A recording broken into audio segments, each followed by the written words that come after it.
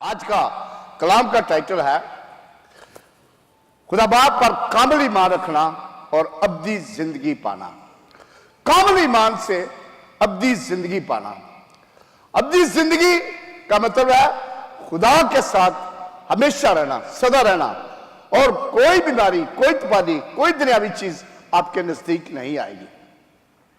कितने चाहते हैं कि मैं कामिल ईमान से खुदा के पास पहुंचूं और अब्दी जिंदगी पाऊं, कामिल ईमान से। हालेलुया। दस्तार वाले हाथ से साज में ताली बजा के हम खुदावंद के नाम को जलाल देंगे। ऐसी तालियां बजाए आसमानों तक आपकी खुदा गूंज जाए, आसमान से खुदा का ध्यान आपके ऊपर आएगा। मकाशवा पहला बाप उसकी 30वीं आयत में गौर से सुने क्या कलाम में लिखा हुआ है। इस नबूवत की किताब का पढ़ने वाला और उसके सुनने वाले और जो कुछ इसमें लिखा है उस पर अमल करने वाले मुबारक हैं, क्योंकि वक्त नजदीक है। इस कलाम को पढ़ने वाले, इस नबूवती कलाम को, ये खुदा के मुंह की बातें हैं, खुदा के मुंह की सच्ची बातें, और आपके लिए, रहबरी के लिए, आपकी तरक्की के लिए, आपकी भलाई के लिए, आपकी अच्छाई के लिए, आपकी घराने की यकजा रहने के लिए, आपकी यूनिटी के लिए, आपके प्यार के लिए, आपकी सदा रहनुमाई करने के लिए ये खुदा ने जिंदा कलाम आपके बीच में भेजा। अपने नबियों को, अपने रसूलों को, अपने शागिर्दों को, पाक खादमों को आपके दरमियान भेजा ताकि आपको इस कलाम की तफसीर बताएं, इस कलाम पर अमल करें, खुदा की बात सुने, खुदा के हुक्मों को जाने, खुदा की तंबीह को जाने और उसके साथ रहे और सदा जिंदा रहे, सदा तंदुरुस्त रहे, क्योंकि खुदा अपने कलाम को आपसे कहता है कि अब वक्त बिल्कुल नजदीक है।